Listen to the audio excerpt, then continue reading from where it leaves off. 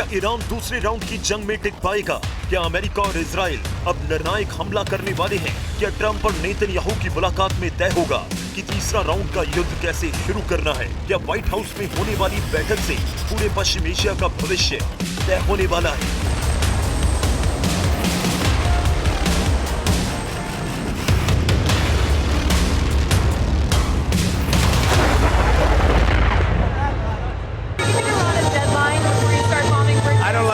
Giving deadlines, but they pretty much know, they know the story. So are you meaning they better behave.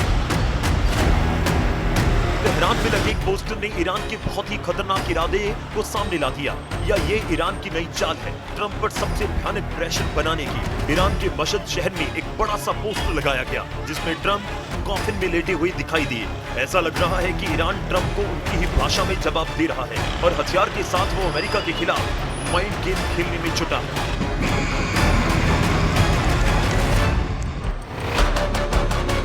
क्या Iran का ये आत्मविश्वास असली है या केवल दिखावा? क्या ट्रंप को ताबूत में दिखाने वाला पोस्टर ईरान की ताकत का ऐलान है या डर छिपाने की कोशिश? क्या व्हाइट हाउस में ट्रंप और नेतन्याहू की बैठक के बाद यही पोस्टर ईरान पर भारी पड़ जाएगा?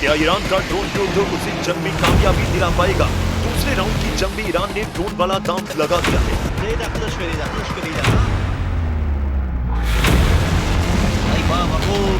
ईरान के एरबिल शहर में विस्फोटकों से लैस कई ड्रोन अमेरिकी ठिकानों की तरफ बढ़ते दिखे। हालांकि ईरान ने इन ड्रोन को हवा में ही तबाह करने का दावा किया, लेकिन कई रिपोर्ट्स में दावा किया गया है कि एक ड्रोन अमेरिका के दूतावास के बेहद करीब आकर गिरा। इंटरनेशनल मीडिया में दावा किया गया कि इस तरह के करीब 8 ड्रोन को इंटरसेप्ट किया गया। यानी ईरान की स्ट्रेटेजी सीधे हमलों से ज्यादा खाड़ी में अमेरिकी ठिकानों को एंगेज करने में लग रही है। सवाल है कि क्या ईरान को यही ड्रोन स्ट्रेटेजी ट्रंप पर दबाव बनाएगी या फिर अमेरिका अब इसका जवाब और बड़े सैन्य ऑपरेशन से देगा?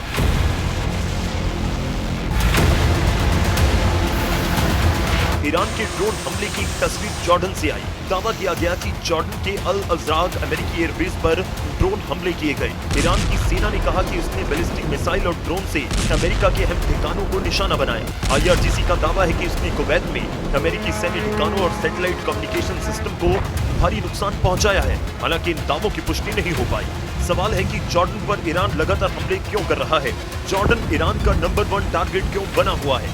जॉर्डन के पास 6 बड़े एयरबेस हैं। इनमें से 4 अड्डे ऐसे हैं जहां अमेरिकी सेना और उसके विमान और ड्रोन तैनात हैं। इन बेस पर करीब 4000 अमेरिकी सैनिक तैनात हैं।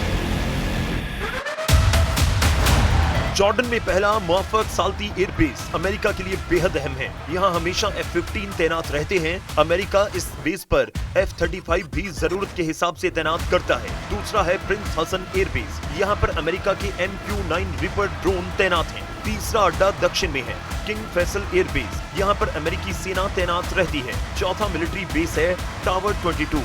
ये पूर्वोत्तर में सीरिया और इराक जंक्शन पर मौजूद है।